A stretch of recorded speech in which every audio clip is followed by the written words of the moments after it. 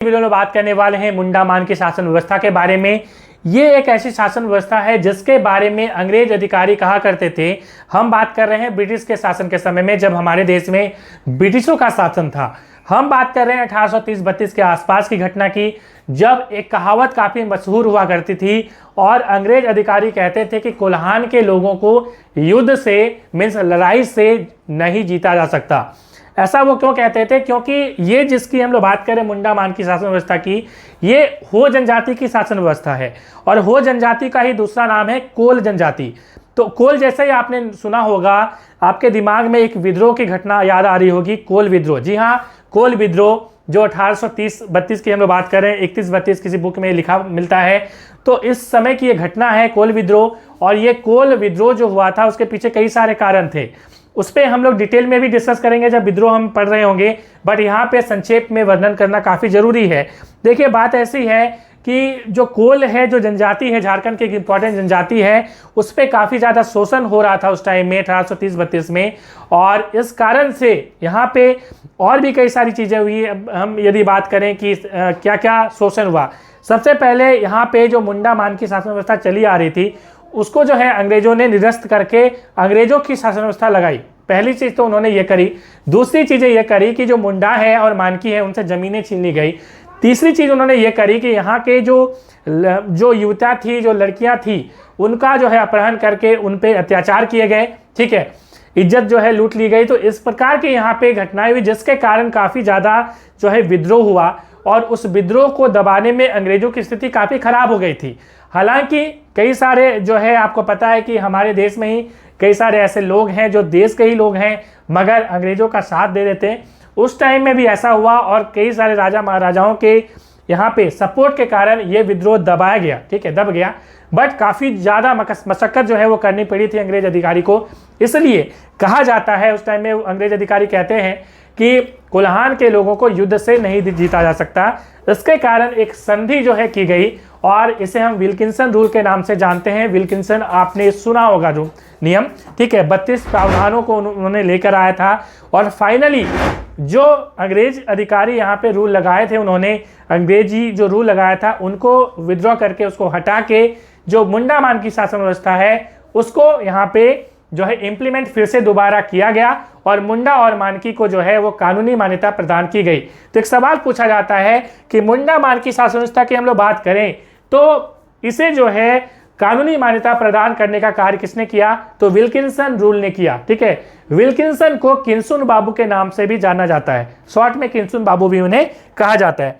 तो आप यहाँ पे यदि टेलीग्राम ग्रुप में नहीं जुड़े हैं तो जरूर ये जो है टेलीग्राम ग्रुप में जुड़ जाएं। ठीक है, या एनालाइज फॉर यू आप सर्च करिए टेलीग्राम में, वहाँ पे चैनल मिलेगा, उसमें ग्रुप की भी लिंक दी गई है, तो वहाँ से आप जाके जुड़ सकते हैं। तो चलिए हम लोग सेशन को स्टार्ट करते हैं और मुंडा मान की शासन व्यवस्था को जो है हम उसकी बात करते हैं। देखिए, मुंडा मान की शासन व्यवस्था नाम से स्पष्ट है, जैसा कि मुंडा और मानकी दो यहाँ पे टर्म है। हमने मुंडा शासन व्यवस्था की बात करी थी, तो यहाँ पे थोड़ा सा एक बार मैं रिवीजन आपको करवा दूं ताकि आपको चीज़ें याद हो जाए। यदि हम लोग बात करें शासन व्यवस्था की, तो झारखंड में ये सारी शासन व्यवस्था है जिसको हमें पढ़ना है। यदि हम लोग बात करें किसके सिलेबस में पढ़ना है, तो जेपीएससी जीएस पेपर 2 का यह सिलेबस है। साथ ही साथ जैसे सीजीएल, उत्पाद सिपाही, जितने भी झारखंड में एग्जाम होते हैं, सीडीपीओ, सब में इससे सवाल जो है आते हैं। सीडीपीओ को यदि आप सीडीपीओ की तैयारी कर रहे हैं तो आपको बेसिक मतलब करना है, आपको बहुत ज़्यादा डेप्थ में नहीं जाना है। यदि आप सिविल सर्विसेज जेपीएससी की तैयारी करें तो थोड़ा डेप्थ में, जिसकी हम यहाँ पे बात करेंगे, उसके बाद एमसीक्यू वीडियोस भी आएंगी, तो आपको उस तरह से यहाँ पे करना है। तो यदि हम लोग बात करें, अभी तक हमने क्या क्या कर लिया है, मुंडा शासन व्यवस्था कर लिया है और हमने ये देखा कि मुंडाओं की शासन व्यवस्था को मुंडा शासन व्यवस्था कहते हैं। उसके लिंक डिस्क्रिप्शन में मैं डाल दूंगा, आप जाके देख सकते हो। ठीक है, या वीडियोज़ अपलोडेड हैं, उनको आप आराम से देख सकते हो।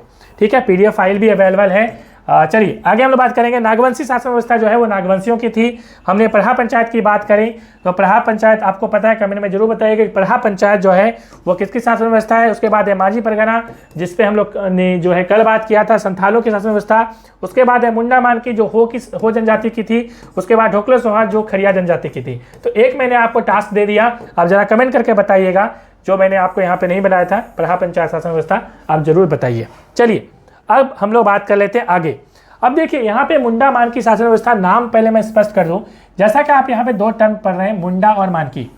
देखिए मुंडा शासन व्यवस्था में मुंडा और मानकी आपने पढ़ा होगा, ठीक है।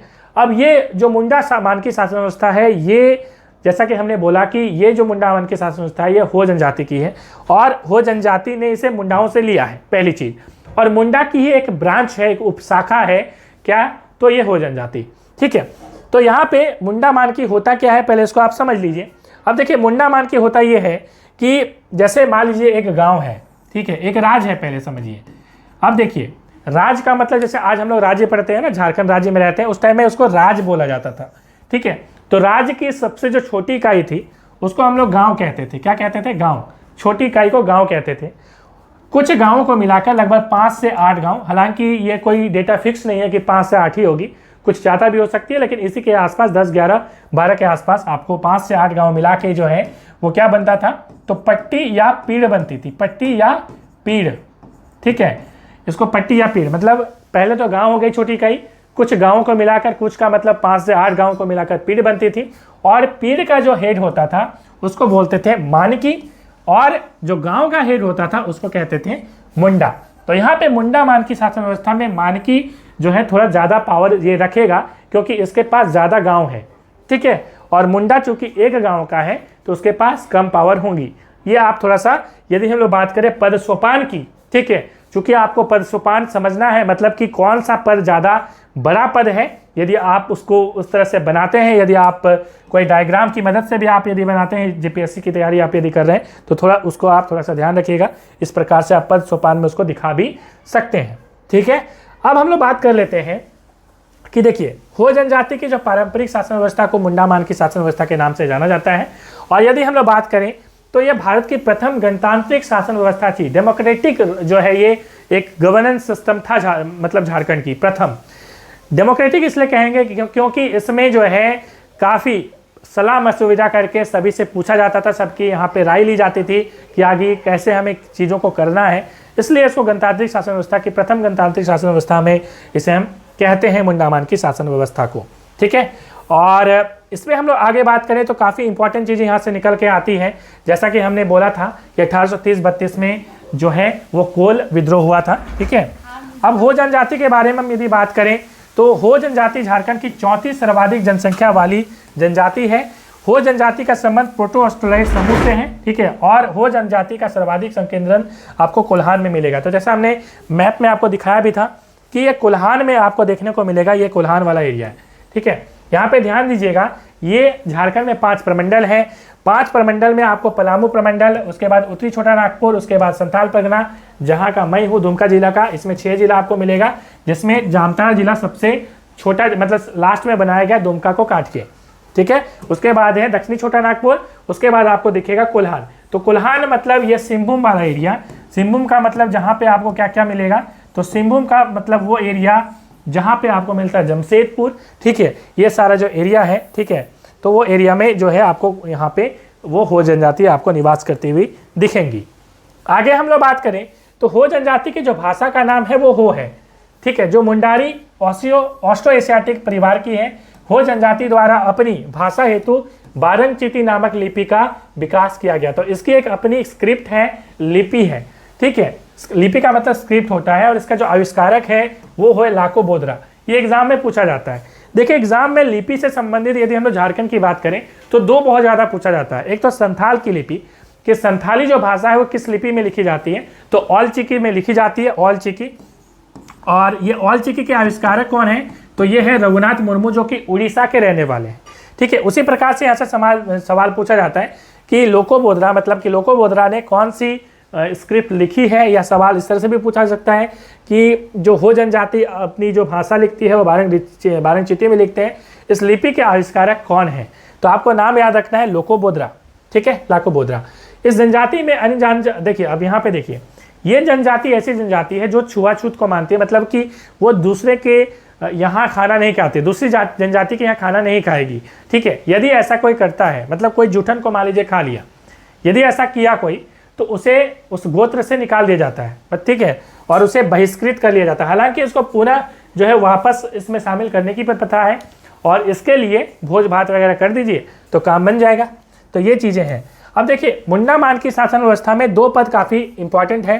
एक तो मुंडा और दूसरा मानकी। जैसा कि हमने अभी बोला ही था कि मुंडा किसे कहते हैं, तो गांव के हेड को मुंडा कहते हैं, और मानकी किसे कहते हैं, तो मानकी का मतलब होता है जो लगभग 5 से 8 गांव मिला के जो पीढ़ बनता है या जिसे हम पट्टी कहते हैं, उसका जो हेड होता है उसे हम मानकी कहते हैं। अब देखिए, ये मुंडा और मानकी दोनों ही वंशानुगत पद है। वंशानुगत का मतलब है कि उसका बेटा ही बनेगा, जो ज्येष्ठ बेटा होगा वो बनेगा। तो ये वंशानुगत पद है, मुंडा और मानकी दोनों ही। अब मुंडा को वेतन कैसे मिलता है, ठीक है, यदि अंग्रेज के समय की हम लोग बात करें तो कैसे मिलता था। उसके पहले देखिए, हम यदि अंग्रेजों के पहले की बात करें, मुगल की बात करें, तो मुगल के समय में 1585 के बाद आप देखेंगे कि यहाँ पे क्या था कि टैक्स सिस्टम का जो रूल है वो लागू हो गया था। मतलब टैक्स वो लेते थे, मालगुजारी जो है वो मुगल काल में लेना स्टार्ट कर दिया था। जहांगीर ने काफ़ी ज़्यादा इसमें जो है टैक्स लेना स्टार्ट किया। ये हमने उस टाइम में पढ़ा था, हम जब हम पढ़ रहे थे कहाँ पे, नागवंशी शासन व्यवस्था में ये हम चीज़ें पढ़ चुके हैं, ठीक है। तो यहाँ पे अंग्रेज जब ये आए यहाँ पे, तो उन्होंने इसे और भी बढ़ा दिया, ठीक है। और यहाँ पे क्या किया उन्होंने कि जैसा कि कोल विद्रोह 1830-32 में हुआ, उसके बाद क्या किया कि मुंडा मानकी सिस्टम को एक लीगलाइज कर दिया, कानूनी मान्यता दे दी, और मुंडा और मानकी को ये कहा गया कि तुम टैक्स वसूलो। अब मुंडा क्या करता था, चूंकि आपको पता है कि मुंडा गांव का हेड है, तो मुंडा क्या करेगा, गांव से टैक्स वसूलेगा। मानकी क्या करेगा, ये मुंडा जो टैक्स वसूला उसको मानकी के पास दे देता था कि भाई मानकी रखो, और मानकी उसको अंग्रेज को सौंप देता था। अब इसमें कैसे उसको कितना परसेंटेज मिलता था, है ना, ये इंपॉर्टेंट है। और वही जो परसेंटेज मिलता था वही उसकी आमदनी होती थी, वही उसकी वेतन होती थी। तो मुंडा मान लीजिए कि 16 आना जो है, 16 आना का मतलब 1 रुपया। 1 रुपया आपने पढ़ा होगा, 8 आना आपने जरूर देखा होगा। 8 आना को हम लोग 50 पैसा बोलते थे, तो 8 दूना 16, 16 आना को मतलब 1 रुपया। तो ये जो 1 रुपया है मतलब 16 आना मुंडा यदि मान लीजिए वसूल रहा है गाँव से, गाँव के प्रत्येक लोगों से वसूल रहा है, 16 आना उसे प्राप्त हुई, तो 16 आना में से 4 आना क्या करेगा, तो मुंडा अपना कमीशन रख लेता था। और 12 आना जो बचा, ठीक है, 16 - 4 करिए तो 12 आएगा। 12 आना वो मानकी को दे देता था, ठीक है, 12 आना मानकी को दे देता था। मानकी क्या करता था, ये 12 आना जाके अंग्रेज को दे देता था, ठीक है। और अंग्रेज जो है क्या करते थे, इस 12 आना में से 1 आना जो है वो मानकी को दे देते थे कमीशन। आपको यहाँ पे लग रहा होगा कि यहाँ पे 4 आना की आमदनी मुंडा को हो रही है, मगर यहाँ पे मानकी को तो 1 ही आना मिल रहा है, मात्र 12 आना में 1 ही आना मिल रहा है, तो काफ़ी कम मिल रहा है। ऐसा नहीं है, देखिए बात ऐसी है, चूँकि मानकी के अंदर बहुत सारे गांव हैं, क्योंकि हमने बोला कि लगभग 5 से 8 तो मिनिमम गांव हैं। तो जब 5-8 मिनिमम गांव है तो 1 आना मान लीजिए 12 आना से आ गया, और 8 जो है गाँव आ गया, तो 1 प्लस मतलब 8 आना तो ऐसे ही हो गया। मान लीजिए एक गांव से 1 आना की प्राप्ति हुई, दूसरे गांव से दूसरे आना, 1 2 3 4 ऐसे करके कम से कम 8 आना की प्राप्ति उसकी हो जाती थी। तो मानकी को ज़्यादा ही कमीशन होता था, कम नहीं होता था। तो हमने ये समझ लिया कि आखिर कमीशन के तहत कैसे इसे पेमेंट मिलता था, तो यही इसका पेमेंट होता था मुंडा और मानकी का।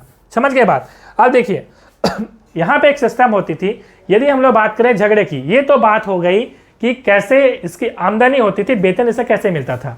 मगर यदि हम झगड़े की बात करें, देखिए झगड़े की हम लोग यदि बात करें तो झगड़े सुलझाने की जो मतलब कि पावर है वो अंग्रेजों ने इसे मुंडा और मानकी को दे दिया था। हालांकि जैसा कि हमने बोला कि कोल विद्रोह जब हुआ था उसके पहले इसे जो है छीन लिया गया था, मगर कोल विद्रोह के बाद विल्किंसन रूल जब यहाँ पे लगा, जब एक संधि हुई, उसके बाद मुंडा मानकी व्यवस्था को पुनः जो है बहाल किया गया, और मुंडा और मानकियों को पावर दे दी गई कि तुम आराम से यहाँ पे अपनी शासन चलाओ।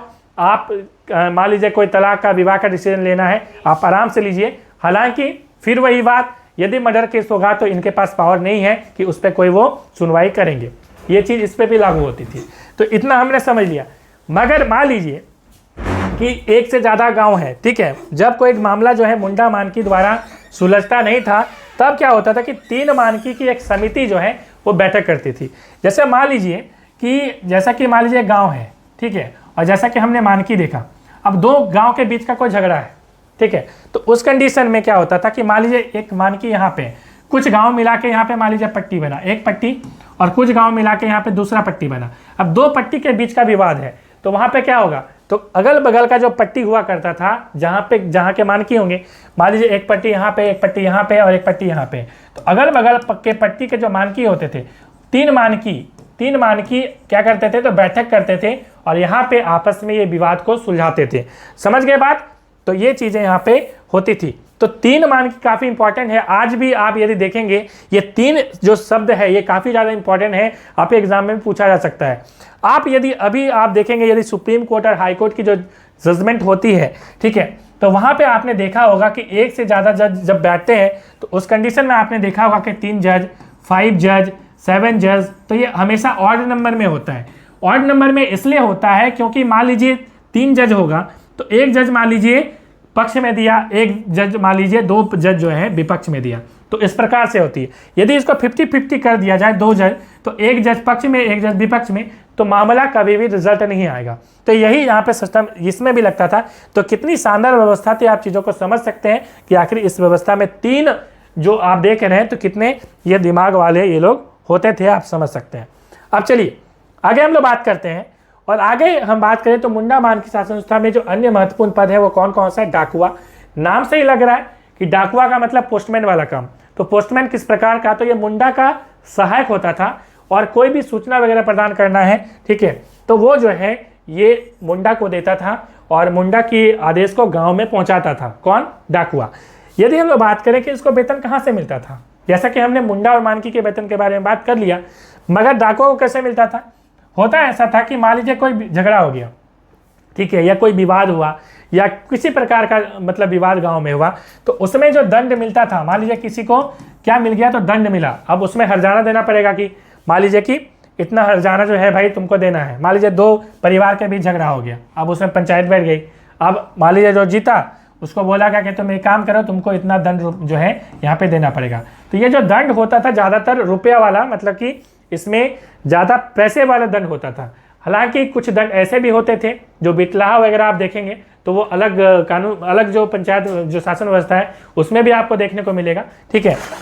तो यहाँ पे हमने बोला कि यहाँ पे जो पैसे वाला दंड था वो दंड का यूज़ किया जाता था, और उसी से जो 50% है वो पारिश्रमिक जो है वो किसको मिलता था, तो मिलता था डाकुआ को, ठीक है। उसके बाद है पीर पंच, ये पढ़ा का न्यायिक प्रधान होता था। जो पढ़ा व्यवस्था आपने अभी पढ़ा था कि जैसा होता है कि यहाँ पे कुछ गांव होते हैं, एक गांव का जो है हेड मुंडा होगा, कुछ गांवों को मिलाकर पीर बना जिसको पट्टी भी बोलते हैं, उसका हेड मानकी हुआ, और कुछ पट्टियों को मिलाकर पढ़ा बनता है और जिसका हेड क्या होगा, पढ़ा राजा होगा, ठीक है। तो वही यहाँ पे जो आप देख पा रहे हैं यहाँ पे कि पढ़ा का जो न्यायिक प्रधान होगा, वो जो पढ़ा है उसका न्यायिक प्रधान का नाम क्या है, पीर पंच है। तो इस प्रकार के सवाल एग्जाम में पूछे जा सकते हैं। उसके बाद है तहसीलदार, यह गांव का राजस्व अधिकारी होता है, मतलब कि कोई भी टैक्स वगैरह, लगान वगैरह वसूली करने का काम यह तहसीलदार करता है। उसके बाद है दिवड़ी, दिवड़ी जो होता है वो गांव का धार्मिक प्रधान है। यह गांव धार्मिक विवादों को ये सुलझाता है कि कोई भी धार्मिक विवाद होगा तो वो सुलझाने का काम कौन करेगा, तो दिवड़ी करेगा। उसके बाद है यात्रा दिवड़ी, यह दिवड़ी का सहयोगी होता है।